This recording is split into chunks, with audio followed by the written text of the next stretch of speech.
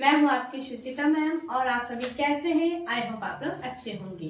जैसा कि आप सभी को पता है कि सुचिता 5 पॉइंट आप सभी के लिए 6, 7, 8 क्लासेस के लिए साइंस की वीडियोस लेकर आता है।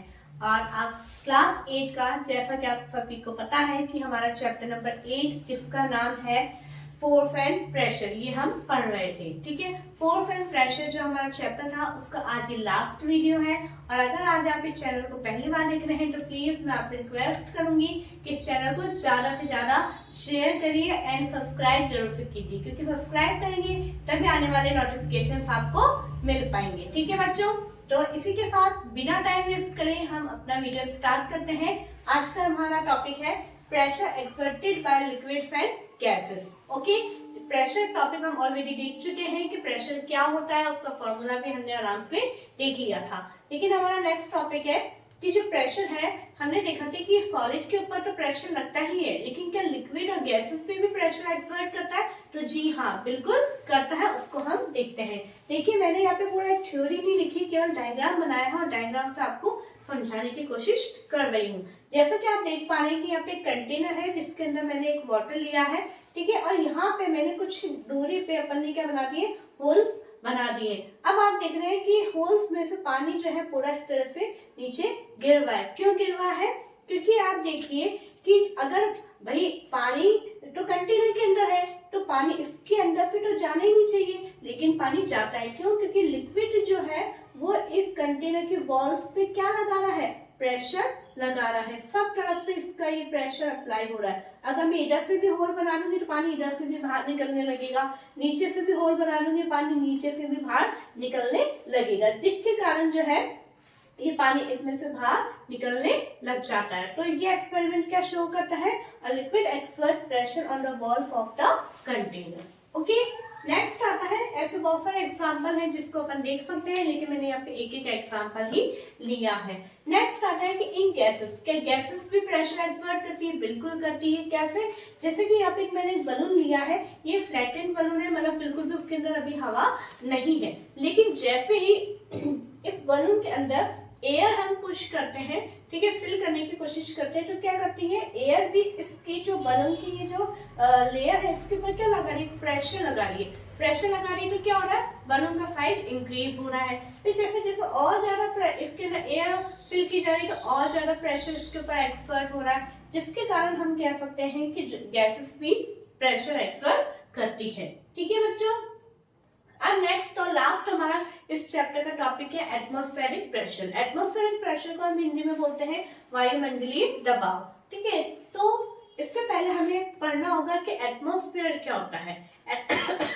सॉरी, एटमॉस्फेयर को हम हिंदी में बोलते हैं बच्चों वायुमंडल। क्या बोलते हैं? वायुमंडल।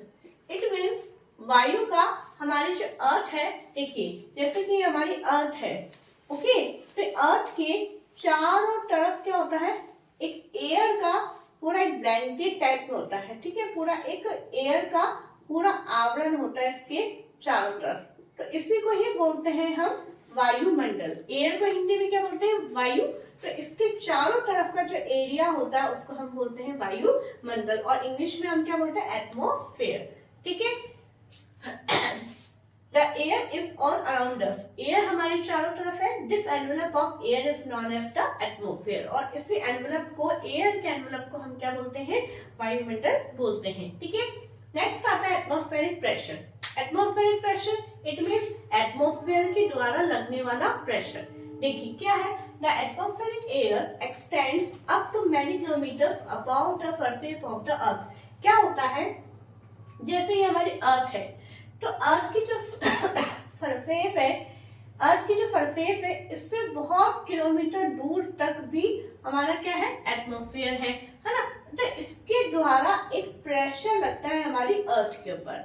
आप समझ पा रहे हैं कि जो हमारी अर्थ की सरफेस है, क्या लिखा है, द एटमॉस्फेरिक एयर, यानी जो एटमॉस्फेयर की जो एयर है extends up to many kilometres about the surface of the earth. The pressure exerted by this air is known as atmospheric pressure। यानी जो ये हमारी अर्थ है और ये जो हमारी एयर है, इस एयर के द्वारा हमारे अर्थ के ऊपर एक प्रेशर लगता है जिसको हम बोलते हैं एटमॉस्फेरिक प्रेशर। ठीक है, अब देखिए नेक्स्ट क्या है,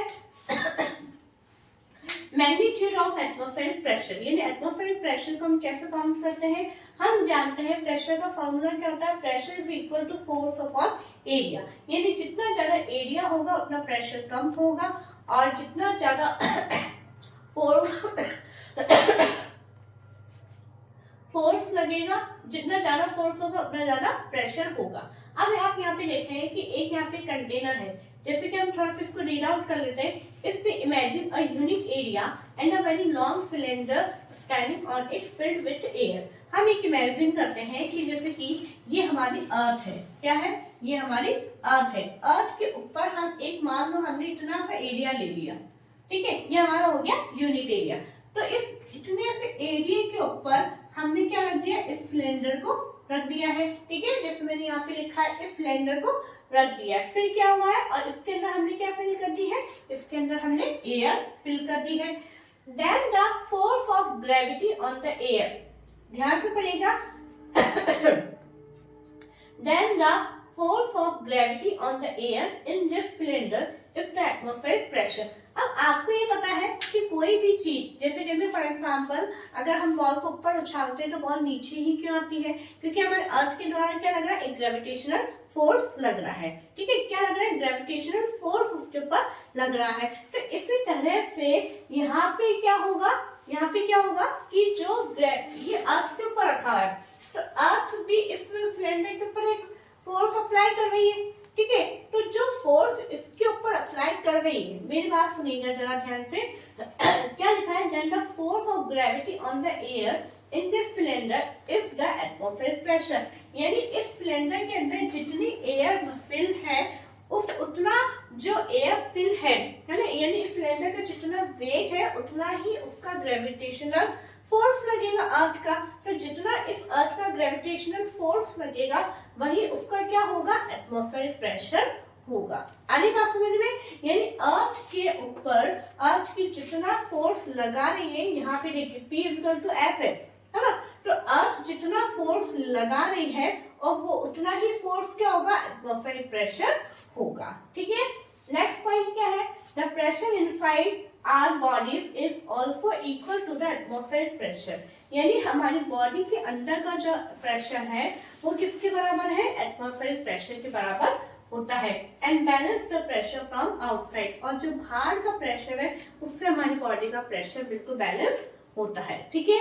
तो यहाँ पे आपको एक चीज समझनी होगी कि जो फोर्स ऑफ ग्रेविटी है वो किसके बराबर है, हमारा एटमॉस्फेरिक प्रेशर के बराबर है यहाँ पे, ठीक है। Force is equal to pressure, okay. तो आपको ये ओके, तो आपको आई होप ये टॉपिक समझ में आया होगा। छोटा सा टॉपिक बच गया था जो कि आज हमने कंप्लीट कर लिया है, और इसी के साथ हम नेक्स्ट चैप्टर्स भी देखेंगे। लेकिन मैं ये कहना चाहूंगी कि अगर आपको इससे पहले के चैप्टर्स देखने हैं तो प्लीज आप प्लेलिस्ट में जाइए, वहां पे आपको उनके एक एक पार्ट वाइज चैप्टर की वीडियोस देखने को मिल जाएंगी, ठीक है। और अगर वीडियो अच्छी लगी हो तो प्लीज लाइक करें, शेयर करें, सब्सक्राइब करें। Thank you.